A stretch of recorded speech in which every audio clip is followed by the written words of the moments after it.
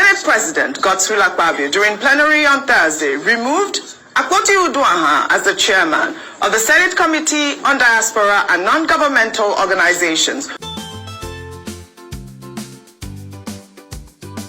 Hello my wonderful people, welcome back to my channel. No be small thing, no. The Nigerian Senate on Thursday announced the removal of Senator Natasha Akpoti-Uduaghan as chair on the Senate Committee on Diaspora and Non-Governmental Organizations. Sen Aniekan Bassey, representing Akwa Ibom North-East Senatorial District, has been named as a replacement and is expected to assume duties immediately. No official reason was provided for the reshuffling during the plenary session. This marks another shift for Senator Akpoti-Uduaghan, who represents Kogi Central. She was previously appointed to lead the Diaspora Committee on February 4, 2025, after her earlier removal as chair of the Senate Committee on Local Content. The Senate leadership has not issued any statement explaining the latest changes, which appear to be part of a broader committee adjustment. My better people, they matter long. Make a leave and make una watch the video, make una hear what our Senate president say and how people reacted to it. Please don't forget to like, comment, and share. Also subscribe.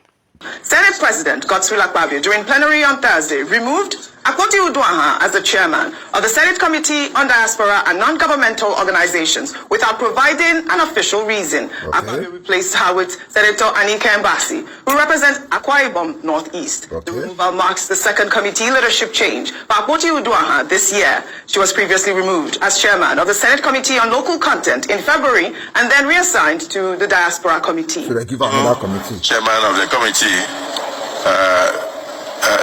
Senator Net, we are mentioning the new chairman of the committee on diaspora and NGOs. Is distinguished Senator Aniekan Bassey, and it will take effect from today.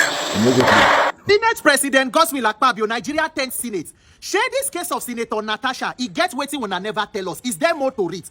And the 10th National Assembly, are you above the law? Share the National Assembly. For Nigeria, the judiciary, has it become under the legislative arm of government? I think there will be 3 independent arms of government that work as coordinates. Share for Nigeria, the judiciary is now a subordinate of the executive and legislative arm of government. So the legislative politicians, they decide which court order to obey and they want to throw away.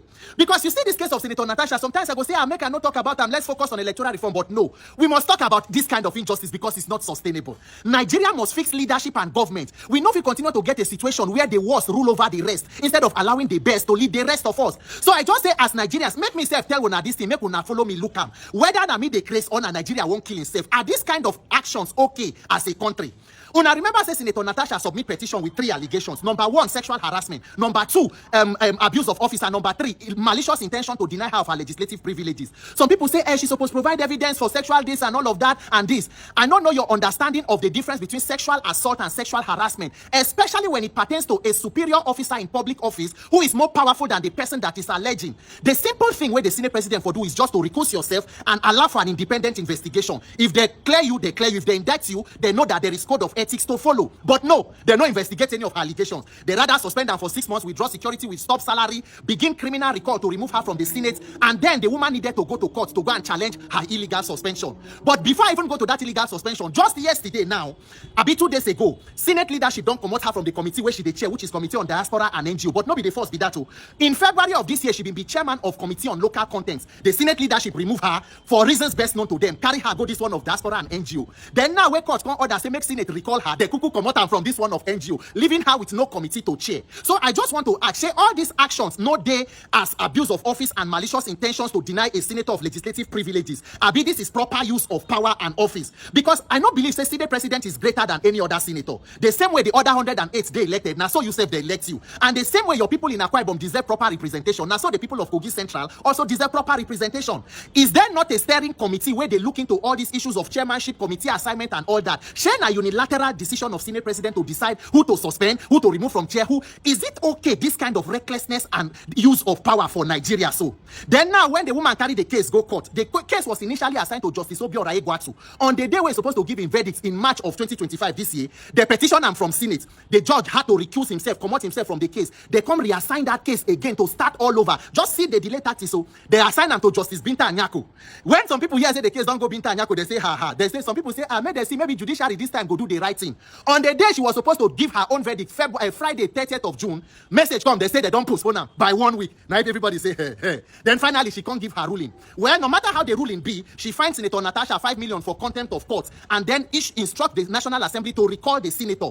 Guess what? National Assembly, Senate come talk, say, for them to recall senator, she must go fulfill the part where the court don't talk, say, make she pay 5 million to the court. I take Obeguna. Shena Senate, they help judicial arm of government to enforce their own court orders. So the Senate go decide the criteria for them to obey a court order to them, that the person must first do the one to the judiciary before they can obey their own. This kind of rascality is not sustainable. The 10th Assembly should focus on more important issues. The Senate President, Senator Akpabio, you don't be former governor, former commissioner, former minister, former Senate minority leader, now Senate President. What else? This power is transient. You cannot be in power forever. Allow the poor woman to go back and do her work for her people. Let your Senate and Assembly focus on more important and serious issues: insecurity, inflation, hunger. The renewed hopelessness where una carry come, una never finish them. The mandate where una they fall on top, una never get up. It is going after one woman who is trying her best to represent her people. This injustice will not be sustained. Recall Senator Natasha. Stop denying the people of Kogi Central representation in the Senate. We cannot continue like this as a country. Let every arm of government work independently of the other. When order favor you or no favor you, obey, and that is what is called rule of law. If not, it is rule of lawlessness. Tomorrow they go swear in new barristers, more than 5,000 barristers in a country that is lawless. What is the essence of studying law in a lawless nation? Recall Senator Natasha and let the people of Kogi Central have their senator back in office, Senator Akpabio, and 10th Senate. God help Nigeria. My name is Peter for Nigeria. All right. Una say court don't order the Senate to recall Natasha Akpoti-Uduaghan, and that suspension was too harsh, and we all agreed, right? Now, immediately she resumed, the first thing Akpabio did was to sack her as the chairman of the committee when she did head. Now, some people are asking if it is fair.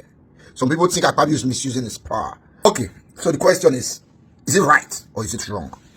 You see, there are some things that are not right, but they are also not wrong, depending on where you want to look at from. I'll break this thing down. If you win election today into House of Rep or Senate, the first thing you want to really have is a committee when you go head, because the committee is not plenty. We have 109 senators and we have 57 committees, which means if you chair committee 1-1 to a senator, we'll still have another 52 senators who will get committee. So 109 people hustling for 57 positions. If you are not in the ruling party, it is a disadvantage. If you are a first timer, it's also a disadvantage. If you are a woman, it's another disadvantage. For Natasha Akpoti-Uduaghan, she had 4 disadvantages when supposed to hinder her from having any committee. Now, don't forget, this committee, now Senate President is shedded. Those are one of his powers as a Senate President. First disadvantage when Natasha Akpoti-Uduaghan get, she came late. You know, so when they do the election, nobody share the class winner. She went to court. Before she came, the Senate already they go, which means they could not share committee before you come. That's one. Secondly, she's from PDP, minority party. Thirdly, she's a woman. And fourthly, she's a first-time senator. So all the disadvantage we go make her no get committee, she had them. But guess what Akpabio did? Akpabio gave her two. Not even 1, 2. And not be just any committee, local conference. It's a juicy committee. But why did Akpabio do that? It's because Akpabio is a friend to her husband. So now based on the personal interest they give you, we no complain that time.